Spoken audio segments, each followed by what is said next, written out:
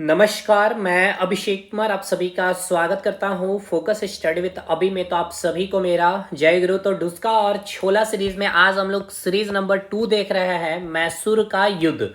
और ये हम लोग 10 मिनट में आप देख पा रहे होंगे, पूरा चार्ट में हम लोग कवर कर रहे होंगे। हालांकि मैसूर का युद्ध हमें अगर पढ़ना है डिटेल में, एप्लीकेशन में भी अगर आप देखेंगे तो 1 घंटे का ये लेक्चर होगा, लेकिन 10 मिनट के अंदर में हम लोग इसको समझते हैं। और ये भी जानेंगे आपका पीटी में, दरोगा में या मेंस में। और ये झारखंड दरोगा नहीं भाई, बिहार दरोगा की मैं बातें कर रहा हूँ। जो सवाल पूछे गए हैं वो भी मैं आपको करवाऊंगा। पहले समझते हैं ये क्या है मैसूर का युद्ध। तो देखिए, इसे आप क्या नाम से जानते हैं किताबों में? आंगल मैसूर का युद्ध। यानी आंगल मतलब क्या हो गया आपके अंग्रेज, और जो मैसूर का जो साम्राज्य जहां पे हैदर अली और टीपू सुल्तान का साम्राज्य चल रहा, उनके बीच का एक युद्ध है जिसे आप कहेंगे मैसूर का युद्ध। जिस प्रकार कल आपने देखा कर्नाटक का युद्ध, उसी प्रकार आज आप देखेंगे मैसूर का युद्ध। अब इसको इस मैप में समझ लेते हैं एक बार। देखिए, ये आपको याद है, ये मैप ये राज्य के पुनर्गठन के पहले का मैप है। तो देखिए, ये जो आप क्षेत्र देख रहे हैं बंगाल, पलासी के युद्ध के बाद 1765 में जो इलाहाबाद की संधि होती है, ये पूरा बंगाल का क्षेत्र किसके अधीन आ चुका था? अंग्रेज के अधीन आ चुका था। ये कर्नाटक भी अब क्या है? अंग्रेजों के अधीन आ चुका है। आपने देखा कर्नाटक बार। अब इस प्रकार से देखिए, ये बंगाल अंग्रेजों के अधीन हो चुका है, ये कर्नाटक अंग्रेजों के अधीन हो चुका है। और किस प्रकार से अब कर्नाटक के बाद अंग्रेजों की जो नजर है वो इस मैसूर साम्राज्य को, यानी इस क्षेत्र को कैसे हम अपने अधीन कर लें। और इस मैसूर के बाद फिर आप देखेंगे मराठा को अंग्रेज जीतेगा, उसके बाद हैदराबाद तो ऐसा ही आ जाएगा अंग्रेजों के पास। उसके बाद फिर आप देखेंगे ये सिख समुदाय यानी कि पूरा पंजाब को जीत लेगा, और इसके बाद ये अवध वाला क्षेत्र को कुशासन के आधार पर। तो इस प्रकार से पूरे भारत पे अंग्रेजों का विस्तार। तो अभी तो हम आपको समझा दिए बंगाल क्लियर है, कर्नाटक भी मैंने आपको कर्नाटक वार में बता दिया है। और इस मैसूर साम्राज्य को अंग्रेज अपने अधीन करता है मैसूर के युद्ध से, यानी आंगल मैसूर युद्ध से। चलिए भाई, अब ये हो गया, एक बेस बन गया कि आप क्या पढ़ने वाले हैं। तो कुल मिलाकर के इस मैसूर युद्ध की बात कर लिया जाए, यानी अंग्रेज और मैसूर साम्राज्य में जो दो कितने युद्ध हुए? कुल मिलाकर के 4 युद्ध होते हैं। ठीक है, क्लियर है? तो सबसे पहले देखिए क्या होता है। देखिए, सबसे इसमें 4 चीजें हम लोग देखेंगे कि किस वर्ष ये युद्ध हुआ था, पहला, दूसरा, तीसरा, चौथा। उसके बाद उस समय बंगाल के गवर्नर कौन थे, कौन सी संधिया हुई थी, और उसके सारे इंपॉर्टेंट पॉइंट। ठीक है, चलिए भाई, देखिए यहां पे अब इसका मैं जो आपका रीजन स्टार्ट करूं, ये युद्ध जो होता है कैसे, इसको समझिएगा। देखिए, ये मैसूर जो आप देख पा रहे होंगे, और ये जो कर्नाटक वाला जो क्षेत्र आप देख रहे हैं, यहीं पर बॉर्डर लाइन पे एक क्षेत्र है। ठीक है, यहाँ पे नहीं होगा, थोड़ा सा और नीचे मैं दिखा दूं। यहाँ पे ये क्षेत्र है आपका डिंडीगुल। ठीक है, डिंडीगुल बहुत ही संवेदनशील क्षेत्र है, यानी एकदम मैसूर और कर्नाटक के बीच है। अब अंग्रेज का क्या नजर है भाई कि किस प्रकार से हम मैसूर के ऊपर क्या कर ले, अपना आधिपत्य जमा ले। इसीलिए अंग्रेज ने क्या किया, मैसूर के ऊपर आक्रमण किया 1767 में। ठीक है ना? तो चलिए आ जाए यहाँ पे। 1767 में यहाँ पे आक्रमण कर दिया किसके ऊपर? मैसूर साम्राज्य के उस ऊपर। और उस समय मैसूर का शासक कौन है? हैदर अली। याद रखना है कौन है? हैदर अली। तो पहला जो मैसूर का युद्ध स्टार्ट हुआ 1767 से लेके 1769 तक चलता है। और उस समय बंगाल का गवर्नर यानी कौन थे, यानी कि ऐसा समझिए, बंगाल में बैठा हुआ कौन गवर्नर है जो आदेश दिया है मद्रास सॉरी किसके ऊपर आक्रमण करिए? मैसूर के ऊपर। और मैसूर का शासक कौन है इस समय? हैदर अली है। तो इस समय बंगाल का जो गवर्नर है भाई कौन है? याद रखना है, लॉर्ड वेरे लस्ट। कौन है? लॉर्ड वेरे लस्ट। लॉर्ड वेले रस्ट, एकदम याद रखिएगा, पूछेगा कि पहला जो मैसूर का युद्ध हुआ उस समय बंगाल का गवर्नर कौन था? लॉर्ड वेरे लस्ट था। कब हुआ? 1767 से 1769 में हुआ था। अब ये युद्ध के बाद हुआ क्या था, अब इसको समझ लीजिए कि जो हैदर अली है भाई, अंग्रेजों को पानी पिला दिया था। यानी ये जो हैदर अली यहाँ पे अपना शासन कर रहा था, कर्नाटक में जो अंग्रेज बैठे हुए थे, और इसने हमला कर दिया था हैदर अली के ऊपर। तो जो हैदर अली है, ये पूरा कर्नाटक क्षेत्र में जो आप देख रहे हैं मद्रास वाला क्षेत्र, जहां पे सेंट डेविड फोर्ट जो अंग्रेजों का क्षेत्र था, वो सारा पूरा का पूरा ये मद्रास क्षेत्र को हैदर अली जीत लेते हैं। ठीक है, समझ जाइए कितने पावरफुल ये हैदर अली है, और अंग्रेजों की स्थिति क्या है। ये पूरा क्षेत्र को जीत लेता है। तो पूछा भी जाता है दक्षिण भारत का वह भारतीय राजा कौन है जिसने अंग्रेज को सबसे पहली बार पराजित किया था? तो वो कौन था? हैदर अली ही था। ये आपका सवाल भी एग्जाम में पूछा गया है। ठीक है, तो देखिए यहां मैंने लिखा भी है कि भाई दक्षिण भारत का पहला राजा हैदर अली था जो अंग्रेजों को हराया था। लेकिन इसी बीच 1767 से 1769 में पहला मैसूर युद्ध हो गया। बंगाल का गवर्नर लॉर्ड वेरेलस्ट है और यहीं पे एक संधि होती है अंग्रेज और मैसूर के साम्राज्य के जो शासक है हैदर अली के बीच में, मद्रास की संधि 1769 में, जिस संधि में यह बात होती है कि चाहे अंग्रेज हो या फिर मैसूर साम्राज्य के शासक, इनके ऊपर कोई भी हमला करेगा तो दोनों के ऊपर अगर कोई भी हमला करेगा तो एक दूसरे के ऊपर क्या करेगा भाई, वो सहायता प्रदान करेगा। अगर मैसूर के ऊपर कोई आक्रमण करता है तो अंग्रेज अपनी सेना देकर के इसकी मदद करेगा, और अंग्रेज के ऊपर कोई आक्रमण करता है तो मैसूर साम्राज्य के जो शासक की जो सेना है वो मदद करेंगे अंग्रेजों की। ये डील हुई मद्रास की संधि में, ठीक है। लेकिन ये जो मद्रास की संधि हुई है किसको नहीं भाया, तो ये जो मराठा आप जो देख रहे हैं ना, ये जो आप मराठा के जो शासक है इधर हैदराबाद के जो निजाम है, इनको नहीं भाया और मराठा ने आक्रमण कर दिया मैसूर के ऊपर में।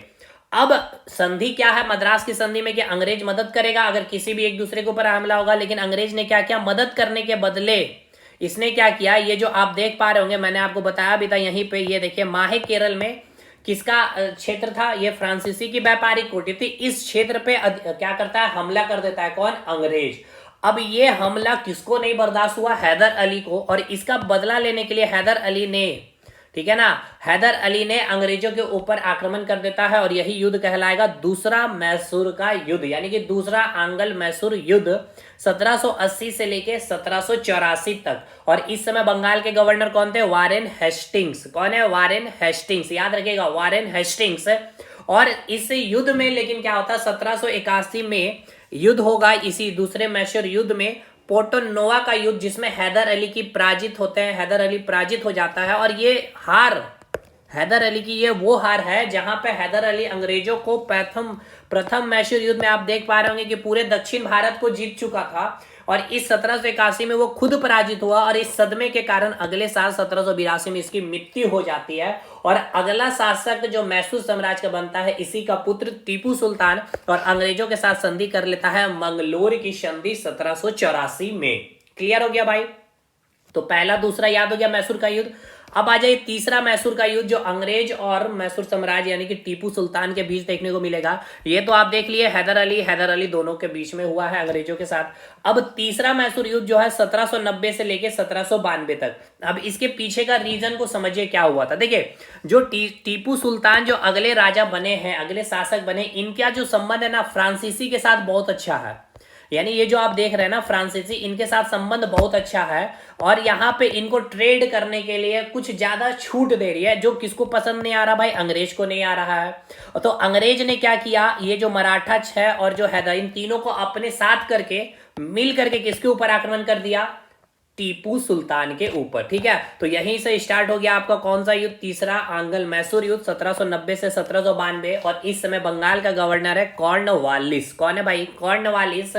और इसमें क्या हुआ, इसमें पराजित हुआ टीपू सुल्तान, इसमें हारे और टीपू सुल्तान के ऊपर लाखों का हर्जाना लगा दिया गया। जितना पैसा टीपू सुल्तान के ऊपर था नहीं, उतना हर्जाना लगा दिया गया। और कहा जाता है कि इस संधि में, यानी कि यहाँ पे एक संधि हुई श्रीरंगपट्टनम की संधि 1792 में, तीसरा आंग्ल मैसूर युद्ध में कौन सी संधि हुई, श्रीरंगपट्टनम की संधि में, जिसमें कहा गया कि टीपू सुल्तान को इतना लाख हर्जाना सौंपना पड़ेगा अंग्रेजों को, जितना पैसा था नहीं।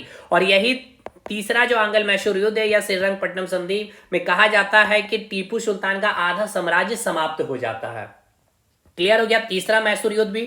चौथा और अंतिम मैसूर युद्ध होता है 1799 में, जिसके पीछे का रीजन ये है कि अगला बंगाल का जो शासक यानी कि गवर्नर बन के आता है लॉर्ड वेलेस्ली, बंगाल का गवर्नर जनरल, जो एक नया नीति बनाता है सहायक संधि। सहायक संधि का कहने का मतलब ये था कि आप जो राजा है, अपने जो चारों तरफ जो सेना लगाए हुए भाई, उन सेना पे आपको खर्च हो, सैलरी देना हो, तो ये सारे सेना हटा लीजिए, हम अपनी सेना देंगे। ठीक है, बदले में आपको क्या करना है भाई, कुछ रकम, जो इनको सैलरी वगैरह दे रहे थे सेना में, आपको 5 लाख खर्चा हो रहा था, आप मुझे केवल 50,000 दीजिए। ठीक है, बदले में हम आपको सुरक्षा प्रोवाइड करेंगे, सेना कम रखेंगे, जरूरत पड़ेगा तो हम सेना का भरमार भी कर देंगे। ये था सहायक संधि। लेकिन टीपू सुल्तान के पास भी ये प्रस्ताव दिया गया कि आप भी सहायक संधि पे हस्ताक्षर करिए, लेकिन टीपू सुल्तान ने कहा कि हम मरना पसंद करेंगे, हालांकि हम कमजोर हो चुके हैं इस श्रीरंगपट्टनम संधि के बाद भी, लेकिन हम आपसे, आइए हमसे लड़िए।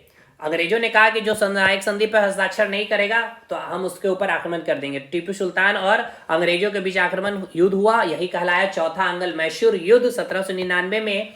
और टीपू सुल्तान के बाद इसमें क्या किया गया, देखिए इनकी मृत्यु हो गई, तो अंग्रेज चाहता तो डायरेक्ट ही ये मैसूर को क्या कर लेता, अपने अधीन कर लेता, लेकिन एक मैसेज वो बाहर खराब जाता अंग्रेज पूरे भारत में कि अंग्रेज मैसूर के जो शासक थे उनकी हत्या इसीलिए कराए ताकि वो मैसूर को अपने अधिकार क्षेत्र में ले सके। इसीलिए अंग्रेज ने यह कहा कि ये जो मैसूर जो साम्राज्य है यहाँ पे वाडियार वंश का शासन चलता था, लेकिन गलत तरीके से हैदर अली और उसका पुत्र टीपू सुल्तान इसको अपने अधीन कर लिया था। इसलिए अगला वाडियार का वंश जो राजा बनाया, इसी का ही एक वंश का एक शासक को बनाया गया कृष्ण राज तृतीय। और यही दरोगा का सवाल था, आपको पूछा गया था कि किसने सहायक संधि पे हस्ताक्षर किया था और जिसके बाद पूरा मैसूर साम्राज्य अंग्रेजों के अधीन हो गया था, तो वो टीपू सुल्तान नहीं थे, वाडियार वंश का ही एक शासक था जिसका नाम था कृष्ण राज तृतीय, जिसको शासक अंग्रेज बनाए और उस पर क्या किया गया, सहायक संधि पे हस्ताक्षर करके पूरा मैसूर साम्राज्य को अपने अधीन कर लिया। ठीक है, तो ये पूरा का पूरा चारों का चारों याद हो गया। अब देखिए ये इंपॉर्टेंट है, अब कैसे याद रखेंगे गवर्नर, देखिए लॉर्ड वेरेलस्ट, अब कैसे याद रखना है ध्यानपूर्वक आपको सुनना है। ये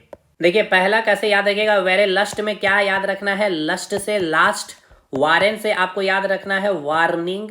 ठीक है, कॉर्नवालिस में याद रखना है कान खोलकर सुन लो नहीं तो जल जाओगे, यानी कि जल्दी। ठीक है, वेले जली, तो लास्ट वार्निंग दे रहे हैं, कान खोलकर सुनो नहीं तो जल जाओगे, वेले जली। ठीक है, तो पहले में कौन रहेगा गवर्नर भाई, पहले में गवर्नर कौन रहेगा, लास्ट वार्निंग यानी कि लस्ट हो गया, वेरे लस्ट, वार्निंग दे रहे यानी कि वारेन हेस्टिंग्स, कान खोलकर यानी कि कॉर्नवालिस नहीं तो जल जाओगे यानी कि लॉर्ड वेले जली। ठीक है, कौन सी संधि हुई प्रथम मैसूर का युद्ध में, तो याद करना मद्रास की संधि, दूसरा में श्रीरंगपट्टनम की संधि, तीसरा हो गया आपका सॉरी मंगलोर की संधि, दूसरा हो गया, तीसरा हो गया श्रीरंगपट्टनम संधि, तीसरा हो चौथा हो गया आपका सहायक संधि। 1767 से 1769, 1780 से 84, 1790 से 92 और 1799 चौथा आंग्ल मैसूर युद्ध। और ये था आपका पोर्टनोवा का युद्ध, कब हुआ था, 1791।